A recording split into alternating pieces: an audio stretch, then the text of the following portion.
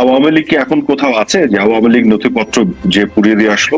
কথা হচ্ছে তারা কিছু একটা লুকানোর চেষ্টা করছে। সাংবাদিকরা যদি ভিতরে যায় অনেক গোমর ফাঁস হবে। তাহলে তারা ক্ষমতা ছেড়ে দেখ, তারা যদি দেশ চালাতে না পারে। বরং আমরা তো শুনছি যে গত 4.5 মাসে তাদের বিরুদ্ধে যেসব দুর্নীতির অভিযোগ উঠছে, নিয়োগ বাণিজ্য, এই বাণিজ্য সেই বাণিজ্য, সেগুলো পুড়িয়ে দেওয়ার জন্য তারা করেছে কিনা। এখন এর কথা হচ্ছে যে আমাদের সময় অনেক কিছু হয়েছে যেগুলো তারা বলে, তো তারা তো বলেই তো আমরা তো খারাপ ছিলাম, তো তারা আবার ভালো না কেন? এটার উত্তরটা দেন। তারা আরো 10 গুণ খারাপ কেন?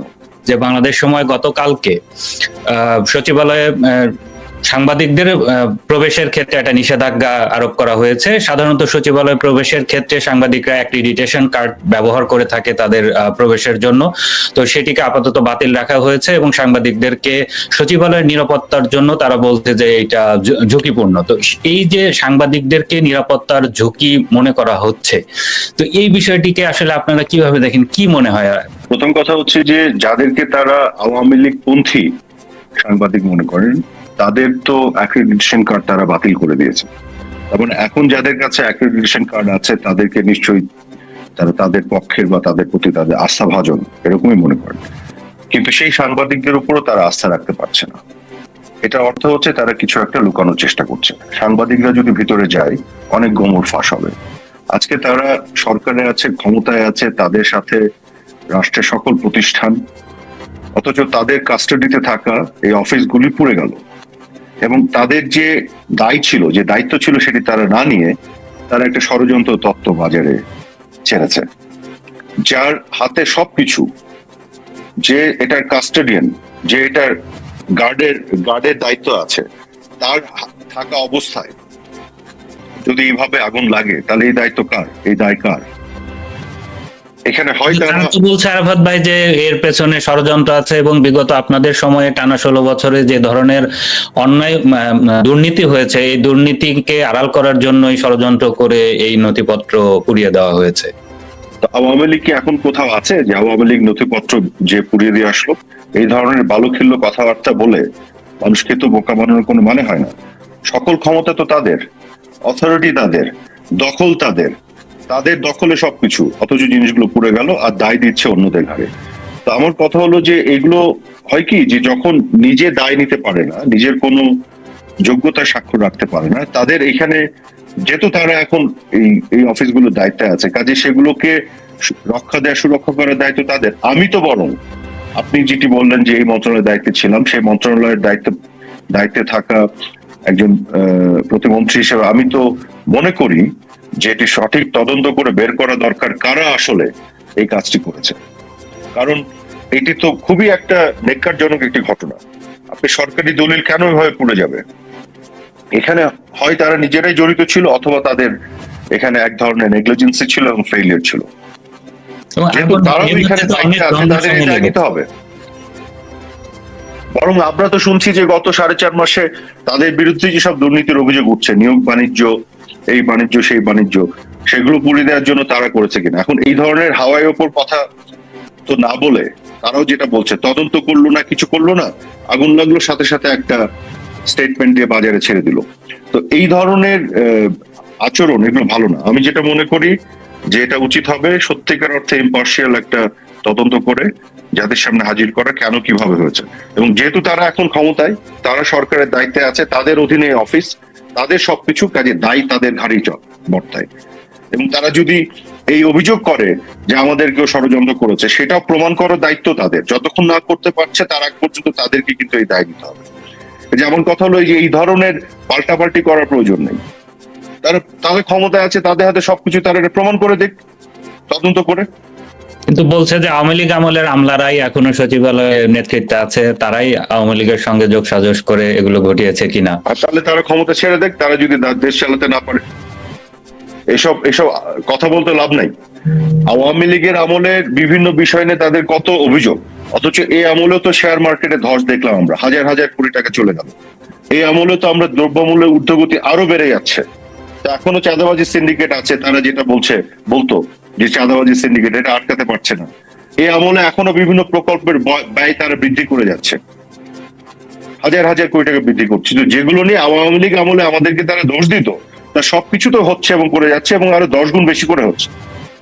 তারা বলতো যে আইনের শাসন বলে কিছু ছিল না, এখন আছে। এই ডিএমপি কমিশনারই তো বলছে যে বিভিন্ন জনের নামে মিথ্যা মামলা দিয়ে চাঁদাবাজি চলছে, এটাকে আইনের শাসন বলে?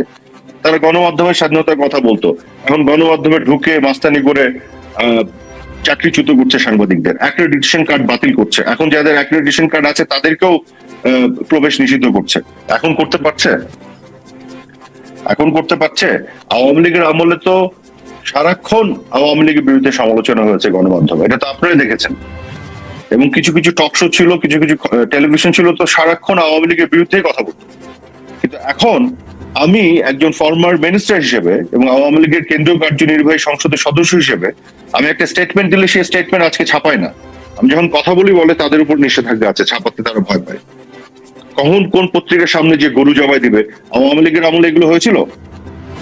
তো এখন কথা হচ্ছে যে আমরা ধরেন স্টেটমেন্ট বাদ দেন ছাপানো, আমাদের একটা বক্তব্য নেওয়া আপনার প্রকাশ করা তো দূরের কথা, আমরা ছোট একটা যদি প্রতিবাদ মিছিল করি দ্রব্যমূল্যের ঊর্ধ্বগতি এবং আইন শৃঙ্খলা অবনতি এগুলো নিয়ে, আমরা একটা ব্যানার ছাপাতে পারি না। যারা ব্যানার প্রিন্ট করে সেখানেও বলে দেয়া আছে যে কোনো ধরনের মুক্তিযুদ্ধের চেতনার পক্ষের কোনো ব্যানার ছাপানো যাবে না। আপনি ব্যানারে শুধু একটা স্লোগান লিখবেন, তোমার আমার ঠিকানা পদ্মা মেঘনা যমুনা, তুমি কে আমি কে বাঙালি বাঙালি, জয় বাংলা। এই স্লোগানটা মুক্তিযুদ্ধের স্লোগান, এটা লিখে আপনি ছাপাতে যান, পরীক্ষা করে দেখুন। ঢাকা শহরে কোনো ব্যানার যারা ছাপায় প্রিন্ট করে কেউ করবে না। তো আজকে এই ধরনের অঘোষিত না, ঘোষণা দিয়েই তারা এইসব নিষেধাজ্ঞা দিয়ে রেখেছে, মানে ফ্যাসিজমের এবং স্বৈরাচারের চূড়ান্ত জায়গায় তারা চলে গেছে। যে বিষয় নিয়ে এইসব এই যে হিউম্যান রাইটস ডিফেন্ডাররা, আজকে তো প্রফেসর ইউনূসের ক্যাবিনেটে আছে, যারা হিউম্যান রাইটস এর কত তাদের কথাবার্তা কান্নাকাটি, আজকে যে প্রতি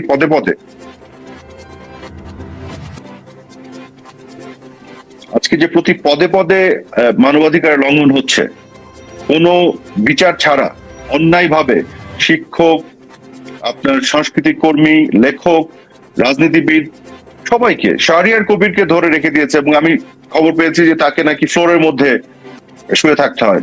ফর্মার জাস্টিস শামসুদ্দিন চৌধুরী মানিক ফ্লোরের মধ্যে রেখে দিয়েছে যেন তারা ওখানে ঠান্ডায় নিউমোনিয়া হয়ে মারা যায়। আপনাদের আমলেও তো বলা হয় যে আয়না ঘর করা হয়েছিল, সেখানে অনেককে বন্দি করে মানবেতর জীবন যাপন করতে হয়েছে তাদের। তো সেই আয়না ঘরের তারা ইনভেস্টিগেট করে বের করুক, বিএনপির কোন নেতাটা আয়না ঘর থেকে বের হয়ে এসছে একটু দেখান, আপনি একটু দেখান কোন লেখক, সাহিত্যিক, কবি, প্রফেসর মোহাম্মদ জাফর ইকবালের মতো একজন মানুষ বা আওয়ামী লীগের বড় বড় নেতারা যারা এরকম, বিএনপির কোন নেতাটা আয়না ঘর থেকে বের হয়েছে? এবং সেই আয়না ঘরের বা এই যে এনফোর্স ডিসঅ্যাপিয়ারেন্স এর যে আপনার কমিশন করলো, সেই কমিশনের হেড এমন একটা লোককে বানাতে হলো যে হচ্ছে একজন জঙ্গির মামা শ্বশুর, এবং তারা যোগ সাজস করে এখন আর্মিতে যারা একবারে সর্বোচ্চ পর্যায়ে বিভিন্ন সময় দেশের জন্য সার্ভ করেছে তাদেরকে এখন ইমপ্লিকেট করার চেষ্টা করছে। তো এরকম একটা কমিশনের চেয়ারম্যান বানাতে হলো কেন, যদি সত্যিকার অর্থে নিরপেক্ষভাবে তারা এই তদন্তগুলি করতে চাইতো, তাই না? আবার কথা হচ্ছে যে আমাদের সময় অনেক কিছু হয়েছে যেগুলো তারা বলে, তো তারা তো বলেই তো আমরা তো খারাপ ছিলাম, তো তারা আবার ভালো না কেন? এটার উত্তরটা দেন, তারা আরো 10 গুণ খারাপ কেন? যখন তারেক রহমানের অর্থ পাচার নিয়ে তদন্ত করেছিল তখন তো তারা সেটা তাদের ওয়েবসাইটে পাবলিশ করেছিল, সেটা এখন গেলেও আপনি পাবেন। এফবিআই তখন সেই সময়ের এজেন্ট, স্পেশাল এজেন্ট ডেবরা ল্যাপ্রভট, সে বাংলাদেশে এসে সাক্ষ্য দিয়ে গেছে। তো এখন এফবিআই সেই এজেন্টদেরকে একটু এনে বলাতে বলেন, তাহলে আমরা মেনে নিব। সরকারের পক্ষ থেকে বলা হচ্ছে যে তারা টাকা ফেরত আনার চেষ্টা করবে। না, আগে এফবিআই যে রেফারেন্স দিল সেই এফবিআই কি আগে বলাতে বলেন। সরকারের পক্ষ থেকে তো ওরা অনেক মিথ্যাচার করছে। এফবিআই কে যেহেতু তারা টেনেছে, এফবিআই তো আওয়ামী লীগও করে না, বিএনপিও করে না, তাই না? তো এফবিআই সেই ডেবরা ল্যাপ্রভট তাকে দিয়ে বলতে বলেন। এই যে ডেইলি স্টারের যে রিপোর্টটা আসলো অ্যান্টি কারাপশন কমিশনের সূত্র উল্লেখ করে, বলছে যে ডিপার্টমেন্ট অফ জাস্টিসের লিন্ডা স্যামুয়েলস, সে হচ্ছে একজন senior trial attorney department of জাস্টিসের, সে নাকি আপনার এফবিআই এই যে স্পেশাল এজেন্ট ডেবরা ল্যাপ্রভটকে কমিউনিকেট করে, কন্ট্যাক্ট করে, এবং সেখান থেকে উঠে আসে $300 মিলিয়ন বাংলাদেশ থেকে লন্ডার্ড হয়ে আমেরিকার বিভিন্ন ব্যাংকে গেছে। এবং এই পুরো জিনিসটা উঠে আসে, তারাই বলছে ডেইলি স্টার রিপোর্টে 2014 সালে ইউএস ভার্সেস সিজার আহমেদ নাকি না রিজভি আহমেদ রিজভি। একটা কেসের পরে। কিন্তু এই যে লিন্ডা স্যামুয়েলস এর কথা যে বলছে যে ডিপার্টমেন্ট অফ জাস্টিসের যে সিনিয়র ট্রায়াল অ্যাটর্নি যে কন্ট্যাক্ট করে, সে তো 2013 সালে মারা গেছে। আর এই পুরো ঘটনাটা নাকি সূত্রপাত হচ্ছে 2014 সালে, এই রিপোর্টে আছে। তো মৃত লিন্ডা স্যামুয়েলস 2014 সালে ওই ঘটনার পরে এসে কি করে ডেবরা লাপ্রভটকে আপনার কন্ট্যাক্ট করলো, এই উত্তরটা আগে দিতে বলেন। মিথ্যাচার করতে যে স্ক্রিপ্টটাও সাজাতে পারে না ঠিক করে, ভুল করে ফেলেছে। আর সবচেয়ে বড় কথা হচ্ছে লিন্ডা স্যামুয়েলস মারা গেছে, ডেবরা লাপ্রভট তো বেঁচে আছে। উনি কিন্তু এখন ইন্টারন্যাশনাল আপনার ক্রাইম ইনভেস্টিগেটর। উনার একটা অফিসিয়াল লিঙ্কডইন পেজ আছে, অফিসিয়াল। তো ডেবরা লাপ্রভট কিছুদিন আগে, আপনাকে আমি লিংক পাঠিয়ে দিব, আমি পোস্টও করেছি আমার টুইটারে। ডেবরা লাপ্রভট কিছুদিন আগে তার লিঙ্কডইনে একটা পোস্ট করেছে। কি নিয়ে পোস্ট করেছে জানেন? বাংলাদেশ থেকে অর্থ পাচার নিয়ে। কোন বিষয়টি নিয়ে করেছে জানেন? তারেক রহমানের যে অর্থ পাচার, সেটা নিয়ে ডেবরা লাপ্রভট পোস্ট করেছে। তো ডেবরা লাপ্রভট বেঁচে আছে, তাহলে এই সরকারকে বলেন যে ডেবরা লাপ্রভট যে ওই $300 মিলিয়ন সজীব ওয়াজির জয় পেয়েছিল, তো ডেবরা লাপ্রভট ওই